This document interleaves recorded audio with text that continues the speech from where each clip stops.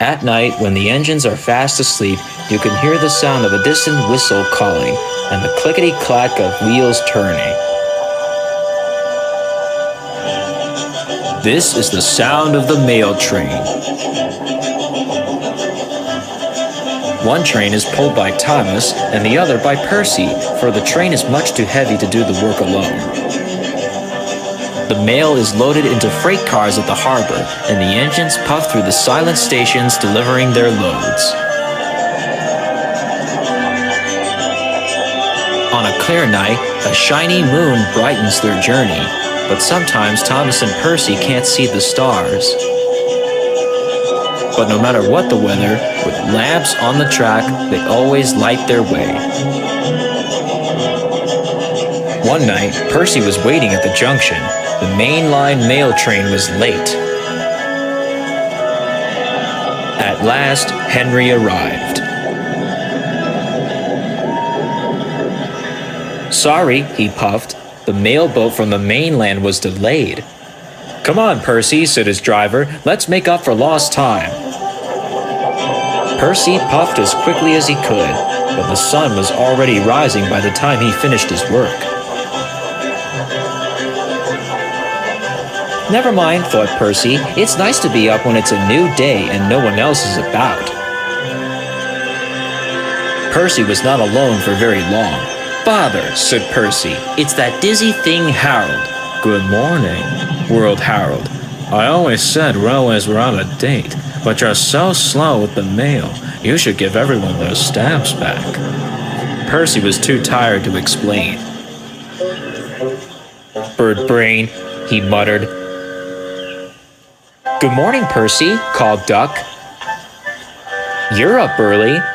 No, you're wrong, sighed Percy. I'm back, tired and late. He rolled into the shed and had fallen asleep almost before he hit the buffers. His driver decided to set off early that evening. Thomas was waiting at the station. Thank goodness I have a chance to speak to you, Percy, because the man in charge of the mail train has filed a complaint to Sir Topham Hatt about the delay last night. But that wasn't my fault, replied Percy. I know, said Thomas, and so does Sir Topham Hatt, but the man just wouldn't listen, so tonight we'll just have to be quicker than ever before.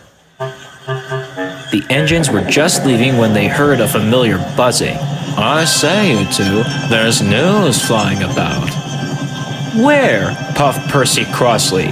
All over the place. They're going to scrap the mail train and use me instead. Wings work wonders, you know. Always. Rubbish, huffed Thomas. That night, everything ran like clockwork. Thomas and Percy delivered the mail to every station, making good time wherever they went.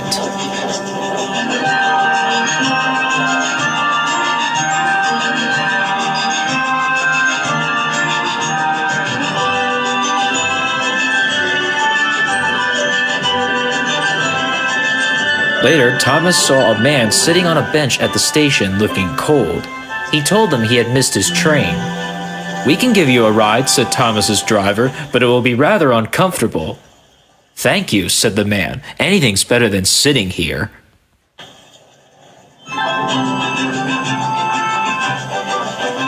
Next day, Percy passed the airfield and saw Harold. Hello, lazy wings. Are you too tired to fly today? The wind's too strong, grumbled Harold. I've been grounded. You need rails, laughed Percy. They work wonders, you know. Always. That night, Sir Topham Hatt showed them a letter. It was from the man who had missed his train. He thinks you are both splendid, and everyone says that the mail train is the pride of the line.